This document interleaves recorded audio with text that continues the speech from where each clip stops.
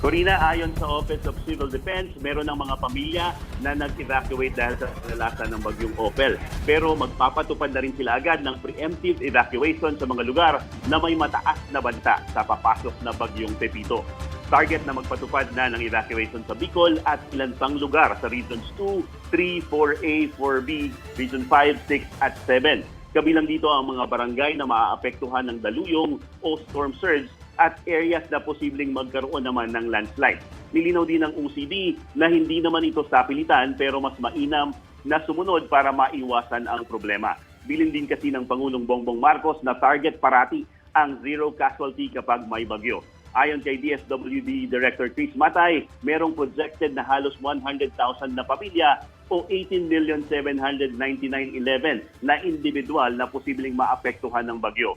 May standby fund naman na nasa mahigit 80 million pesos at nasa 1 bilyong pisong halaga ng food and non-food items. At may stock pa ko rin may stock pa na 2.1 million pesos.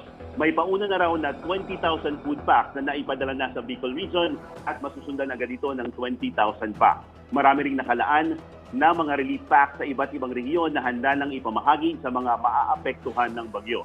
Tiniyak naman ng DOH na handa na ang mga ospital at health aid sa mga evacuation centers.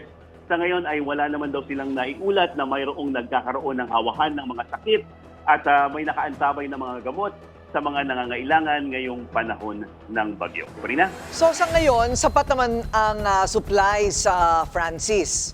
Dahil sunod-sunod yung bagyo na pumasok dyan.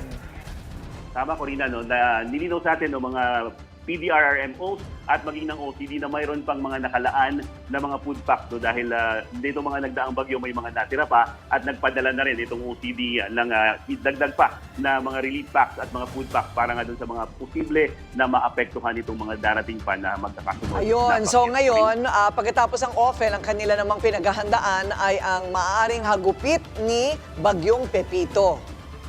Handa na ba sila?